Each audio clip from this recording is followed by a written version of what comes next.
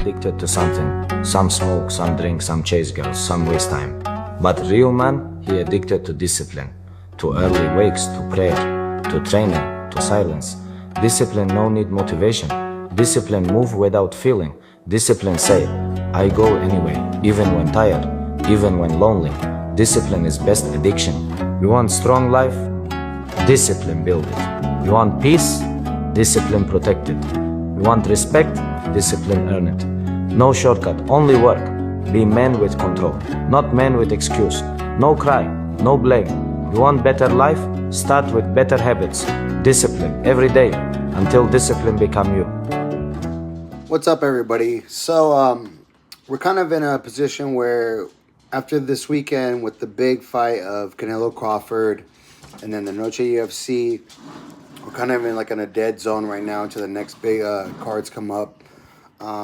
We have some boxing coming up this weekend, I believe, but the big UFC card is until next Saturday, which is the UFC Perth card. But in between that time, I don't want to just keep it dead, you know. So I got a couple of messages, one in particular from my younger cousin, my primo, shout out Tyler Slagle up in Goshen, Indiana. And he sent me a list. So it was a list of 8 fights, UFC fights. And he wanted me to break down the fights and cover the lead up to the fights, the fight itself, and then the impact it had on the sport afterwards. The first fight on that list was Khabib versus Conor McGregor. The second fight was Shane Carwin versus Brock Lesnar. The third fight was Daniel Cormier versus John Jones 2. Cyril Gane versus John Jones was the number 4. Number 5 was Matt Hughes versus George St. Pierre 3. Number 6, Dustin Poirier versus McGregor 3.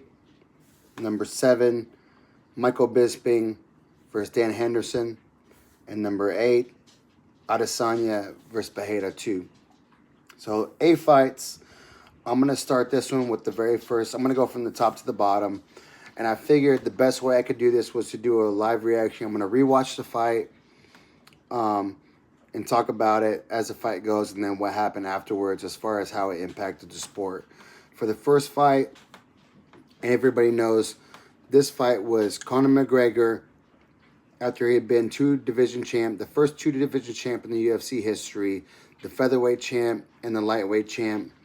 He gets a huge, massive opportunity to fight Floyd Mayweather in boxing. He makes $100 million, maybe more. You know, Proper 12 is skyrocketing through the roof, so he's got just an enormous amount of money coming in.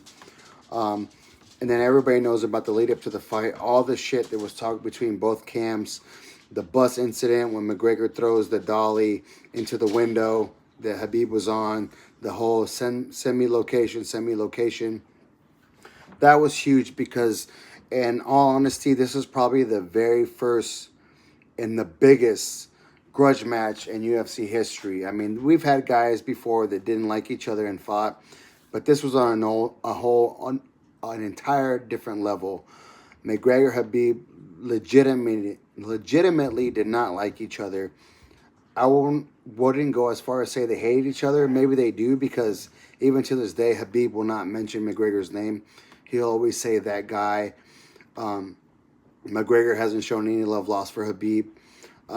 So the impact leading up to this fight, because of the things that McGregor said, which he did to sell the fight, but I think he did step over the line a bit as far as going after Khabib's dad and going after his religion and everything. But it just made the fight even more massive than what it already could have been just between the two of them. Because meanwhile, while McGregor was fighting Floyd and all the lead up and the world tour they did to that, Khabib had won the title versus Jesus Christ. It was the interim title. He was supposed to fight Ferguson. Ferguson slips, blows his knee out. Max Holloway's supposed to step in. The New York Commission cuts him off. He can't make the fight. And then it's Jesus Christ, what was his name?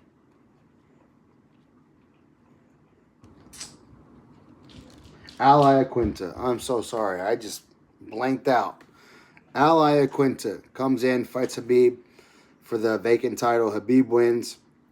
McGregor comes back. This fight gets made, and the buildup was absolutely crazy, right?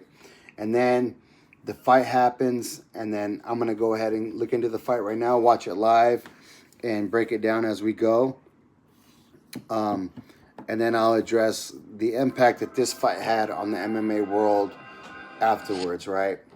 So, here we go. First round, Conor struts out to the middle, all confidence. You know, Khabib sliding around the side. Conor tries to throw a left, barely misses.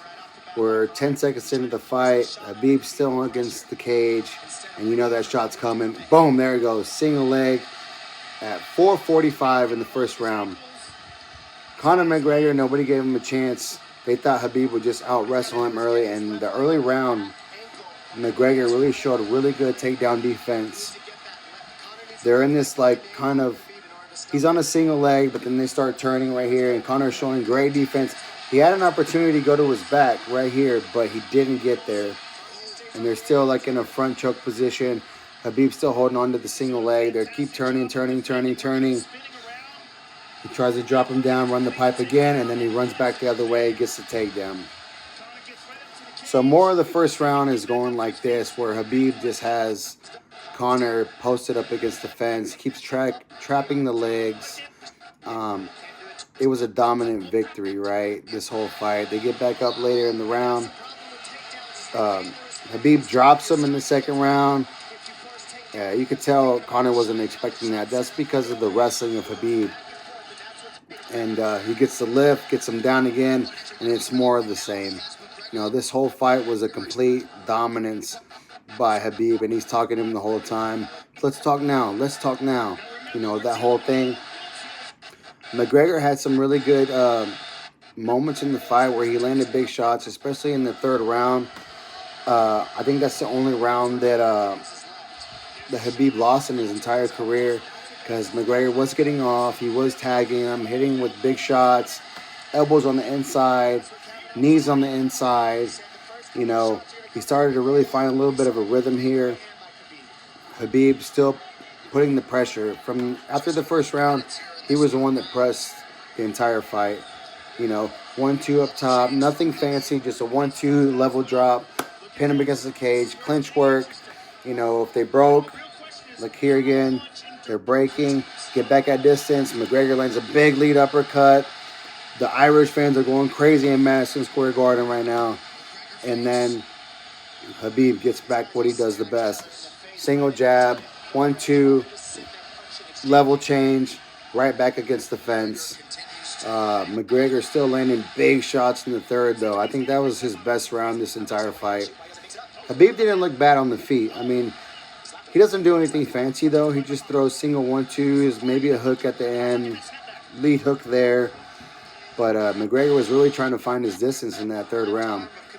We're going to push forward, because it's more of the same the entire round. Khabib's complaining that he's holding the gloves, which he was. But we get to the fourth round. He's on his back. You know, he gets the full hooks in. Conor turns. He's got him fully mounted. And Khabib's talking to him. You know, he gets him to turn back, gets the choke. It was more of a neck crank, but Conor still taps, you know. And then, of course, everybody knows after the fight, Khabib throws the mouthpiece, talks shit, jumps over the fence, does a flying eagle double leg jump into Dylan Dennis. But that was an amazing fight because of the build-up for the fight. The importance of that fight for the UFC was huge. And you can't underestimate, or you can't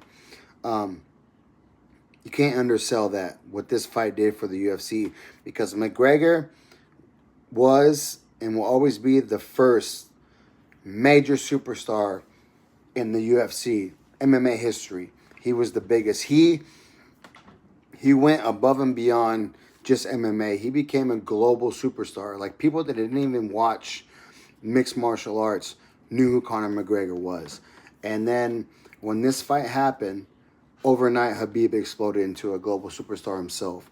Like, it was something crazy where he had maybe like 20,000 followers, I think, on Instagram. I could be really wrong right now, but it was something crazy like that where it was like 20,000, maybe 30,000 followers. And then overnight for that fight, he was over 1 million followers, and he became the global superstar that he is today. And then now he's laid the groundwork for all the guys coming after him, like Islam, uh, Umar, his other cousin, Usman, he was the Bellator or PFL champ right now. He laid in the groundwork for all these guys coming out of Dagestan. And the impact it had afterwards was absolutely huge. I think this was the downfall of Conor. I know he came back a little while later and he beat Cowboy, and then it looked like he was ready to, start making that track back to the title. And then COVID hit, the world shut down. I believe that probably was not the best thing for Conor. And then he comes back, fights Dustin, loses to Dustin. Dustin gets the knockout. And then the third fight, it's on the list, so I'll break that one down later. But this fight was huge for MMA because it wasn't McGregor Mayweather, which was, I think, is still the highest selling pay-per-view fight of all time. But it was huge for the UFC and mixed martial arts and the fans of mixed martial arts. Khabib proved himself to the world that he is a global superstar. And he's still on that level. People are still wanting him to come back. He's a man of his word. After his father passed away, he still went forward with the Justin Gaethje fight. After he finished that fight by submission, he retired in the ring, put his gloves down, said that he made a promise to his mother that he wouldn't compete without his father by his side, and he stuck to that word. He's a man of his word. He's a man of honor, and he's someone that everybody could look up to as a positive influence in this game and in life in general, dude. If you watch the videos that he puts out, they're absolutely amazing. They're motivating, and that's the type of man Khabib was. Conor McGregor, biggest superstar in the world. He's in half ownership of bare knuckle boxing right now, BKFC. And no matter what Conor does, people still want to watch him. Even coming off all these losses, he has that thing where you want to see him fight. And I know he's still under contract with the UFC. I don't even know if he should come back anymore. Honestly, I know the whole White House card thing, he wants to come back. Now he's running for president of Ireland.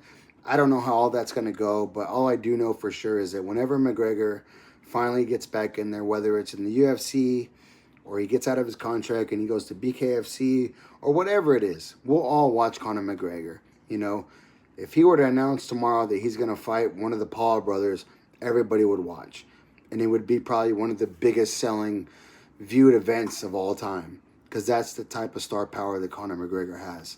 So that's my breakdown for this one. I'll keep going down the week, each fight, and giving my my perspective of how it affected mixed martial arts and how the lead up to the fights and the impact after the fights.